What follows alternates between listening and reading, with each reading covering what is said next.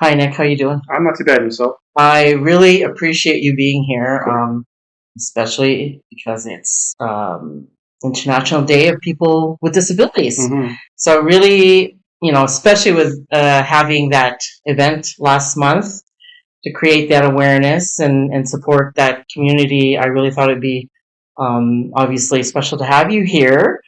I guess what the introduction is. We met because we're both on the Postmasters group, Yeah. which I love. Mhm. I love supporting that group. I myself, I always think I have a disability, but I don't have a visible or non-visible disability that I know. Sure.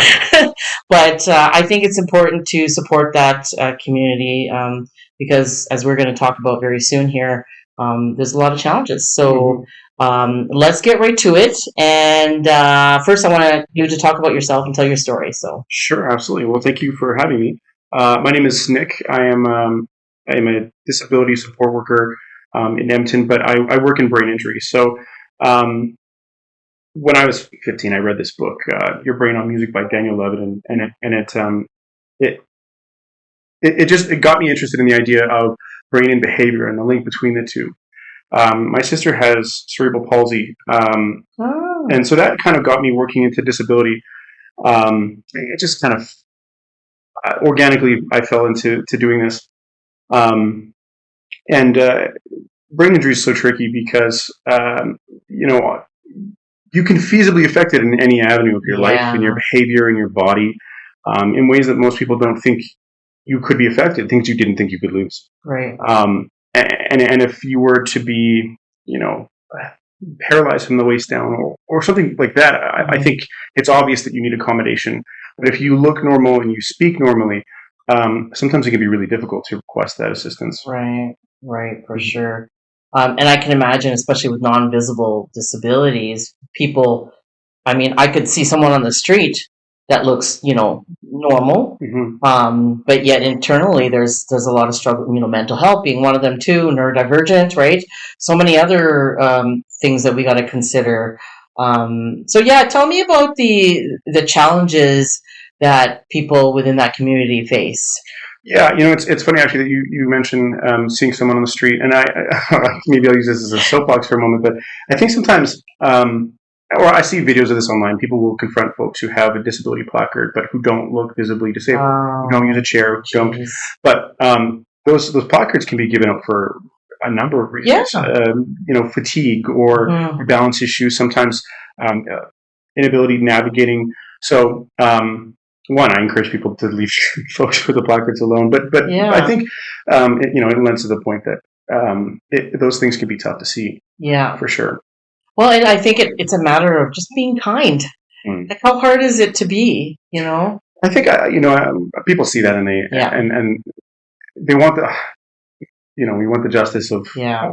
and it really is a shame if people misuse Yeah. that system. But Yeah. yeah, it's complicated. Yeah. I was actually, just reminded me of something that happened on the weekend. Actually, we were at my twin niece and nephew's birthday, and one of the attendees there, the family, had a child with a just kind of abnormal part of his face. And I pinpointed him because all I could think of was what he might be experiencing. Because I'm an empath, so I Mm-hmm. start to put myself in that person's shoes. He was maybe 5 years old, Mm-hmm. but my nephew, who's 6 years old, I know his personality very well. He asks questions, and Mm-hmm. it's out of curiosity, right? Absolutely. But as you grow older, it can be more of, you don't want to say ignorant, but Mm-hmm. yet they are still curious in some way, right? And so I pulled him aside and I said, Asher, there's a boy here, Mm-hmm. okay, and he's very special. He's very unique. I know you're going to be asking questions, but maybe don't ask him any questions because it might hurt his feelings, Mm-hmm. right? So I tried to guide him through that, and he was very well behaved. I was really surprised. And I actually spent quite a bit of time with that child and just made him feel special. Sure. So I think that's the important thing is just to be kind, because when we talk about the non-visible disabilities, it doesn't have to be visual, No. right? No. It reminds me of an anecdote actually. Yeah.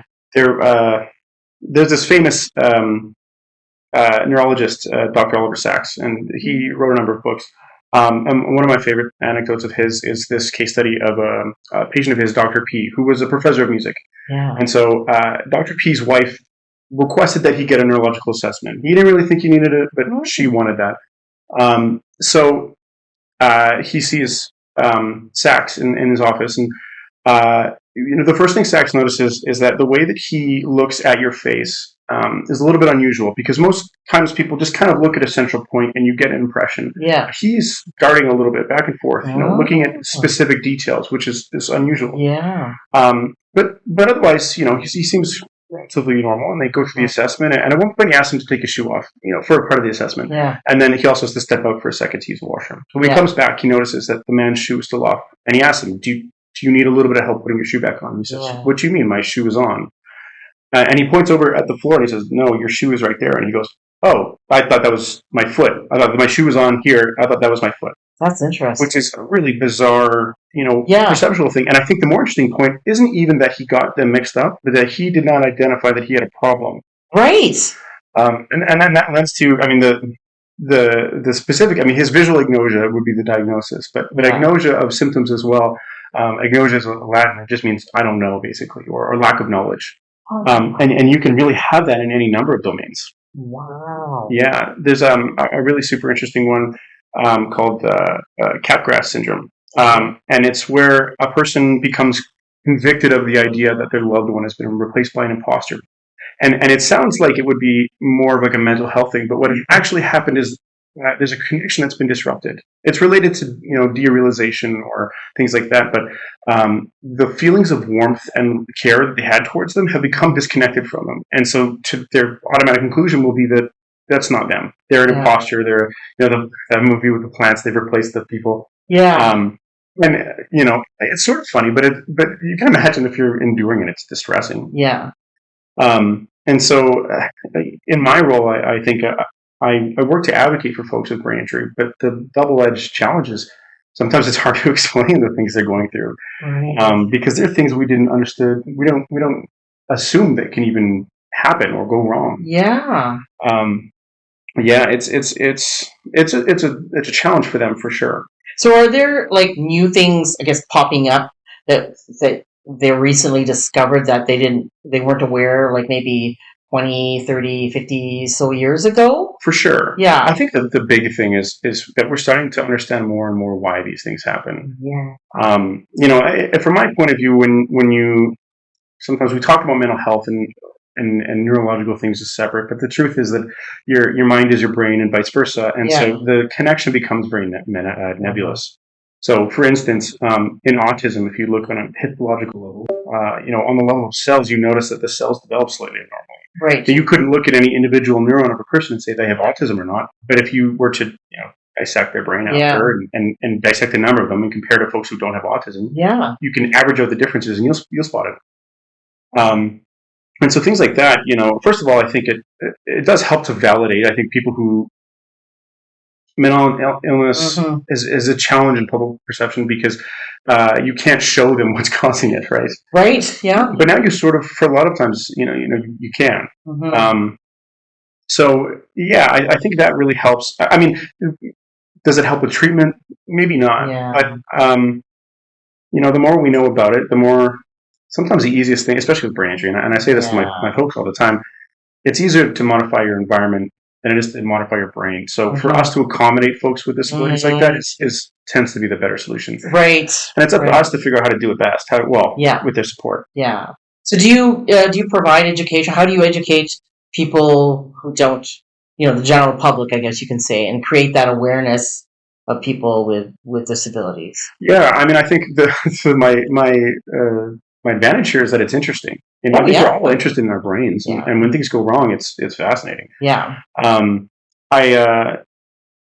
think it's important to, one, to come at it from people. You're right, and you mentioned this earlier. People with genuine curiosity. Yeah. So I am super happy to sit down with anybody and help explain things. Often I do in my role, I find that folks who have gone through the process, maybe they had a stroke and they've gone through the hospital and all that, but nobody's ever really taken the time to help them understand on an intuitive level what's happening or what's wrong.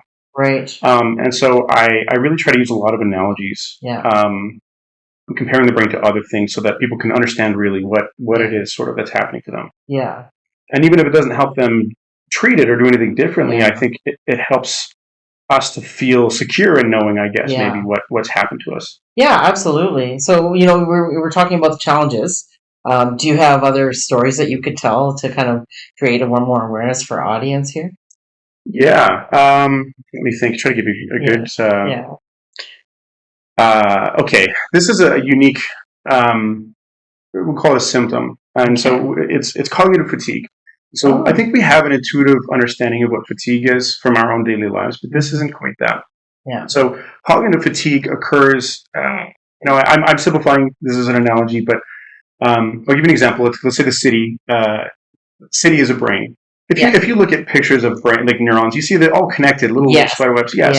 So thoughts and those sorts of things occur when you have connections that transmit between neurons. Mm-hmm. So city is a good analogy. Now let's say you took Edmonton, right, and you removed the Henday.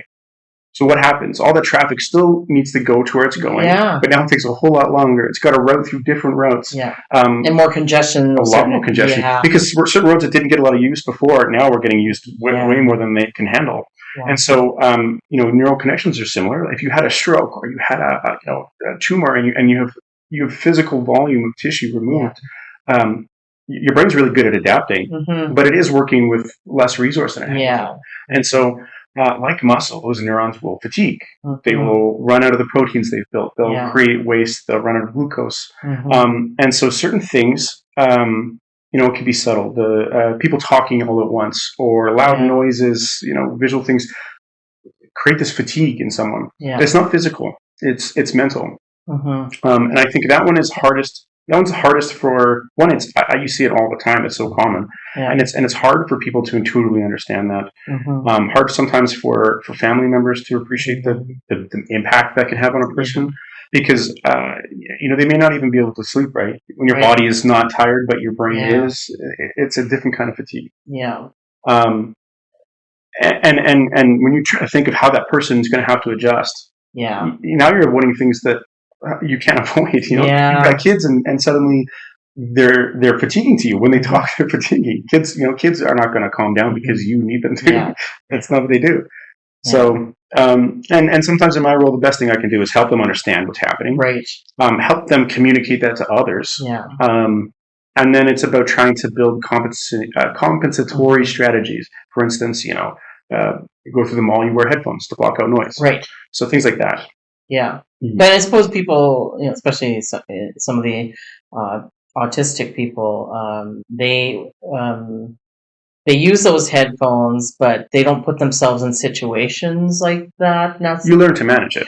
Right. But do you find that some people, maybe a small percentage of them are like, I'm going to kind of face that whatever fear or that challenge and go, okay, I'm going to go to a concert. I'm going to go to a social, and they try. And I think that's a good example of the difference between brain injury and maybe autism is that if you're autistic, you've had that all your life. You're so used to that. That's ingrained. But with brain injury, I find you get more. I mean, I'm calling it denial, but you want to go back to the life you lived before. Yeah. And people will fight back against all. Now that and the truth is that you can train yourself or build endurance to some extent. Yeah. But there's a limit as well. Yeah. I do encourage people to do that. Put yourself in situations, gently. Yeah. Yeah. Don't throw yourself into it. Maybe not a concert, but sometimes people do improve to some extent. Yeah. Well, I'm just looking at some of our members in our group, right? Raul he's got a really positive attitude. He's going out to events, and he loves food. He's still adventurous, I guess you can say. And then Janet, having had the brain injury when she was 19, she's older now. She's had a family, so she's living a pretty decent life even with that. So it's quite amazing. It's not the end. Yeah. It's never the end. But it can be disruptive. Especially, I've had folks who, their big passions are the things that they can't do anymore, which is really unfortunate. But I also find that the type of person who has those ambitions and who's already really active, they'll find new hobbies, no problem. Right. Because they're already that kind of person. Yeah. The ones who struggle most sometimes are folks who they lose ambition. Sometimes they didn't have it before. Sometimes Yes. the whole thing is overwhelming. Life is overwhelming, and sometimes it's a consequence directly of the brain injury itself. Yeah. And we meet folks where they're at. So what is the percentage of, let's talk about that. What are the percentage of people who still continue to live their life even with the brain injury and who kind of go down that dark mental health path? Yeah. Right. It's hard to say. I mean, in my position, I think there's a selection bias because I see the folks who are reaching out more often. Okay. I assume that anyone who comes is going to have some kind of a mental health issue. Right. That's just whether it's directly the brain injury or if it's a consequence of the reactions. Like it takes time to adjust, and your life is different. Mm-hmm. So I expect that comes with the territory. Yeah. I couldn't say how many people. Are you seeing a variety, all over the place? Wow. I mean, I am hesitant to phrase it like this, but each person is a snowflake and unique. Yeah. Each presentation is totally unique, and wow. Unique in the person they were before and after, and unique in their deficits. Yeah. So I do spend quite a lot of time just getting to know people and that's awesome. and working with them and reading between the lines sometimes. Yeah. Too. I guess for me, the question was thrown at you because I was just thinking of, the hope factor. Do people see that even with that new, not new life, but a change in their lifestyle now? How are they reacting to it? Are they pretty much, this is how I like to think that, things are thrown at me in my life and I always think of it as not so much a lesson, but this is my purpose. Mm-hmm. Maybe there's something that I'm supposed to do in this role now as a person who had a brain injury. You know what I mean? Yeah. I guess that's why I'm thinking the positive aspect of that question. Yeah, you know what? I read this study once years ago, and it referenced call it resilience, but it's the ability to handle the challenges that life throws at you. And some of the folks who handle it best are the most religious. Denomination doesn't matter. Yeah. I think the conclusion that I got out of that was that it's the folks who are able to say, well, that was God's will, or that was that tend to handle it best. Now, I don't know. I'm not saying anything for or against religion. I don't think you need to have religion to take that attitude. Yes. But definitely, the more resilient a person is, the better they're going to handle the challenge. Yeah. But the caveat, I think, is that depending on where your brain injury was or how it affected you, that can be part of the consequence. Frontal lobe damage can or limbic system damage can affect how we perceive things, how we make plans, sometimes how we even imagine a goal. Like for instance, if I actually see this more often than you think, folks who you might ask them if they want to do something, and they cannot visualize it, they can't imagine it, so they might say no automatically. Yeah. But if you got them there, they would be interested. Yeah. And it's not. I could not. One, I don't make judgments about character, but I couldn't anyway because it's part of the thing. Yeah. So, but yeah, I mean, I definitely think the takeaway is if you can keep a positive attitude, you will find new things. You'll find new avenues, new supports, new hobbies, a new meaning, I suppose. It's funny that you said I get them there. So let's go into that. How could you support, this community? How do you? How do I personally? Yeah. I think part of my job is probably coaching. I feel like that a lot. And again, it is sort of personally, I've seen a number of cases. I've seen a lot of them. So I think sometimes I just provide context. That I've seen people worse than you do better. So, because if you've gone through that and you don't see on other examples, showing people other folks who have brain injury go on to have successes is a huge deal. It gives people hope again that there's something else. Very inspiring. Yeah. And I think I also just something I've learned to do for myself as well. I guess is big projects, big goals. We break them down into super small steps. I don't look at the finish. I just look at the next few steps. Sometimes it's overwhelming when you're rebuilding your life. It's so overwhelming. Wow. And so sometimes I'm just the person who comes in and let's break this down in small steps and set reasonable goals and try to achieve those and plan things out. Wow. And even that sometimes for a person who's already motivated or who really wants it, they'll just run with it. Yeah. But folks just need a little bit more encouragement. Sometimes we're all different people. So it's amazing. Wow, this is all good stuff. I'm learning so much. Yeah, I think, going back to the awareness, I think it's important too that we educate the people who could support this community as well. Loved ones, family members, general public. Do you ever do like education towards just like not so much the people that are attached to people with visible doesn't matter disabilities, Sure. but would you provide like seminars or do you provide webinars, educational opportunities for such? We don't personally. Yeah. Our organization, I mean, our brain injury component doesn't Yeah. typically do that. Mhm. We dabble, I suppose. I think for anyone who's interested in learning more, YouTube is your best resource. Right. TikTok, incredible. I never Oh, thought. really? Yeah, I thought I was too old. Oh. But you get on there and man, because people build these advocacy accounts, Yeah. and so really for any possible disability, there's someone out there who's talking about it, who's generating awareness and is explaining what their lived experience is like. I try to find those because hearing it from me is good. Hearing it from someone who is experiencing it is better. Yeah, absolutely. You know what? I actually thought of something while we were talking. Sorry, a little bit, but I was talking before about how we take our experience, as a person holistically. I don't think we don't see the inner gears of how our minds work, right? How our bodies work. And so I think vision's a really good example of that because we assume that what we're seeing is an accurate representation of the world around us, but it's not. Our brains do a ton of maybe post-processing, you might call it, before we get that image. For instance, contrast enhancement. When you have a line between two things, your brain automatically will lighten up the areas that appear more obvious. Right. Things like that. Actually, that's where optical illusions come from. Right. It's examples of where your brain is thinking. But it's amazing that it takes you to find an optical illusion for you to notice because it's so seamless. Right. But I will give an example, and I will challenge your listeners. You can pause this and try this. But if you stare, you can blink through this. But take a moment and stare off somewhere at any single point, and just keep staring for maybe maximum 5 minutes.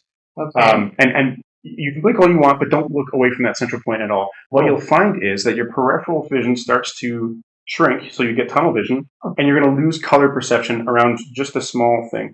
And the reason for that is your eyes actually don't have very much perception outside of a small area. In your periphery, it's really just motion. Yeah. But your brain is so good at creating a model of the environment around you, at remembering that I perceive there's a tan table here, but my eye's not seeing it.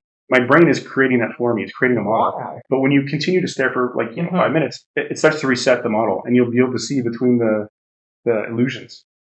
Holy crap! Yeah, it's super interesting. I recommend people try it because it is a little bit mind-blowing. Oh, I think most people know about the blind spot, the blind spot in our periphery. Yeah. But I don't think people get the breadth of how crappy our eyes are compared to what our brain is doing. Yeah, for sure. Absolutely.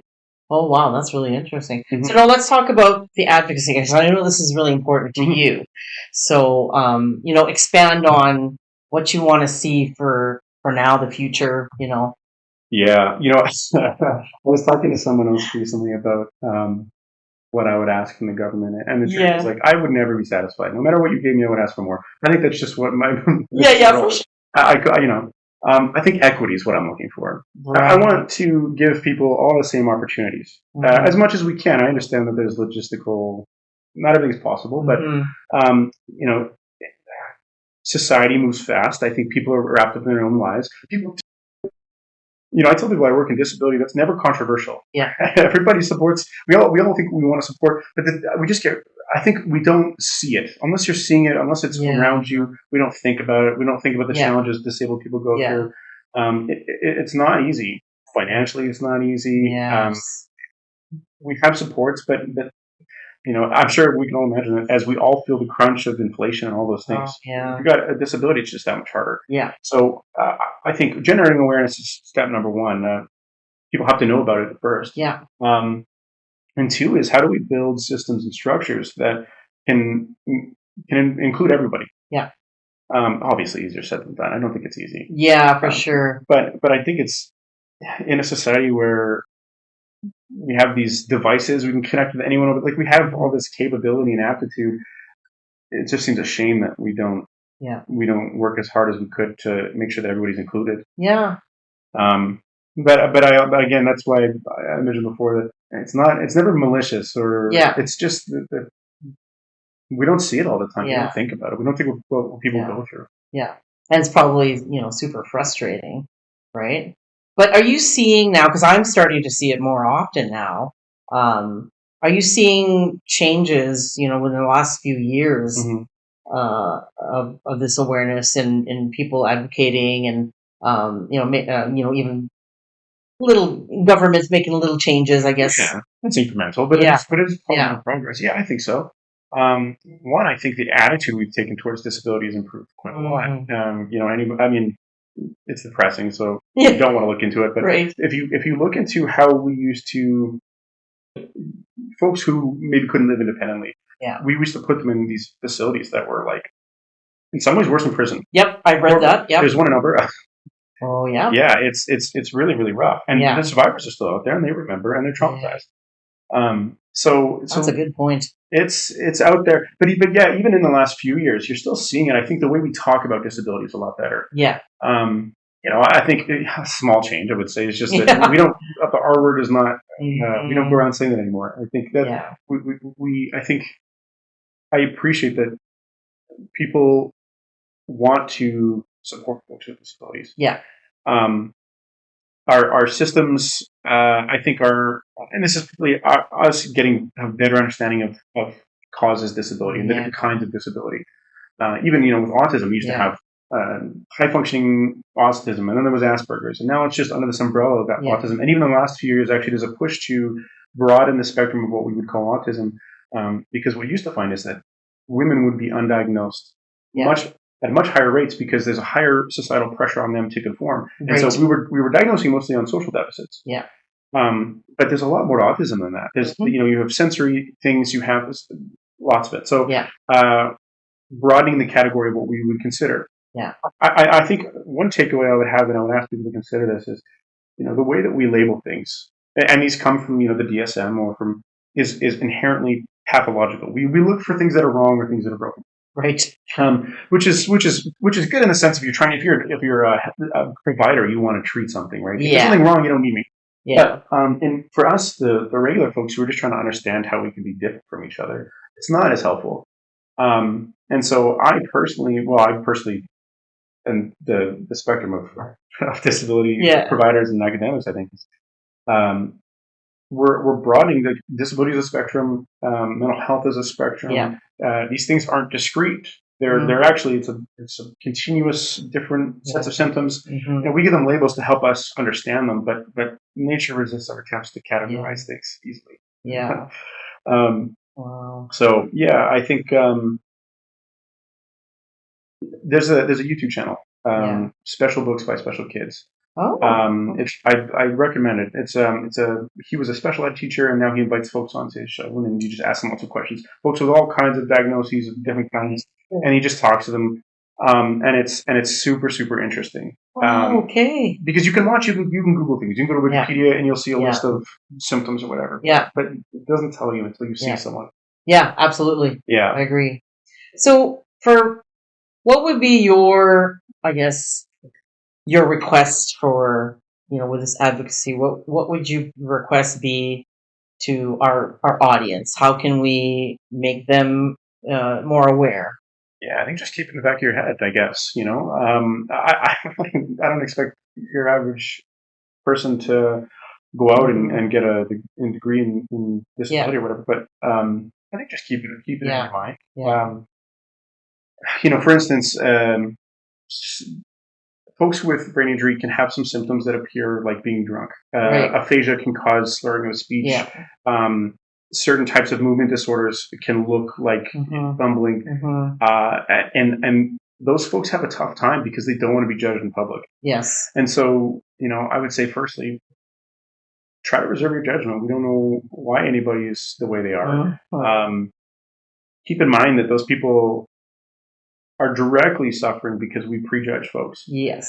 And not that I say don't judge people who are drinking out of it, but just Well, even that's another issue, right? There's a reason why they're drinking. Yeah. But going back to that, I like to think now that I've changed in the last few years, especially with talking about people seeing them on the street and their behavior acting a certain way. Mm-hmm. I don't judge them. I go, why?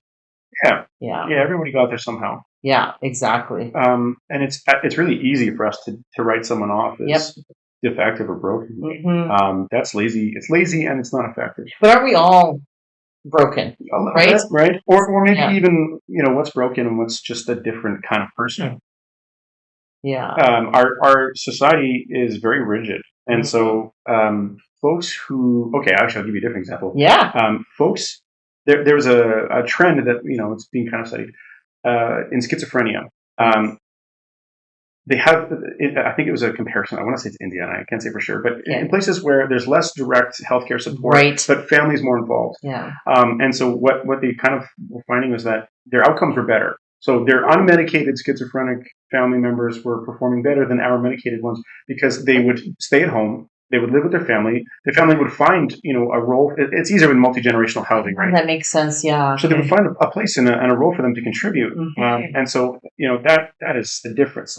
For someone to contribute, to be a member of society and be included, be a member of a family.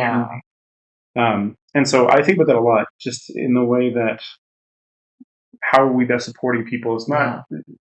Yeah. We meet them where they are, not where we want them to be. I'm actually starting, you just triggered some kind of thoughts that I had in mind. So I've been seeing a lot of, social media posts on, South America. I've seen some families who are taking care of people with disabilities. Mm-hmm. But I've also seen in Japan, they've incorporated people, for example, with dementia. I don't know if you heard of that. There's a restaurant where, the orders are just whatever, and you have to come in with that kind of open mind. Mm-hmm. Like the servers are people with dementia. Mm-hmm. So they'll take your order, but they'll bring the wrong order. And you just roll with it. Yeah. And wow, if our society was like that, can you imagine? Yeah, if we found places for people. Oh, gosh. There's another one, a really good one in Colorado, and I forget the name, but it's a pizzeria. And it's staffed by folks with intellectual disabilities. Oh. And so they're the menu's small. It's simple. Things are color coordinated. And so I want to see you order by color. Yeah. But anyways, it's designed so that it's simple. Yeah. And so you come, you order your pizza. Yeah. It's quality, it's good. Yeah. But all the staff are folks with intellectual disabilities who would otherwise not be able to be involved. So we have a whole group of people who want to contribute, who could contribute, and it's only because we're not really helping them find ways to fit in. Right. And I think that's another reason why I love our Toastmasters group, because we're giving that particular community that self-confidence, right? Yeah. And just bringing them out of their shell and saying, hey, you matter too, and you can do this just as anyone else could. So if we can do that more in this world, wow, what a wonderful world. Sure, yeah. Oh, so do you have anything else you can add before I ask you the most important question of the day? No, I think that's it. Yeah. I just thank you for having me. I lately I've been thinking, and it's nice for me to do this, but I'm going to try to find some avenues for folks to speak out a little more. I think people are genuinely interested. They want to know. Yeah. And the folks who I support are also, they want their story out there. Yeah. Something really big happened to them, and they've learned a lot. Yeah. We have a lot to learn from them. So the disconnect there is just that we don't have a way for them to get their message out. So that's something I've been thinking about a lot lately.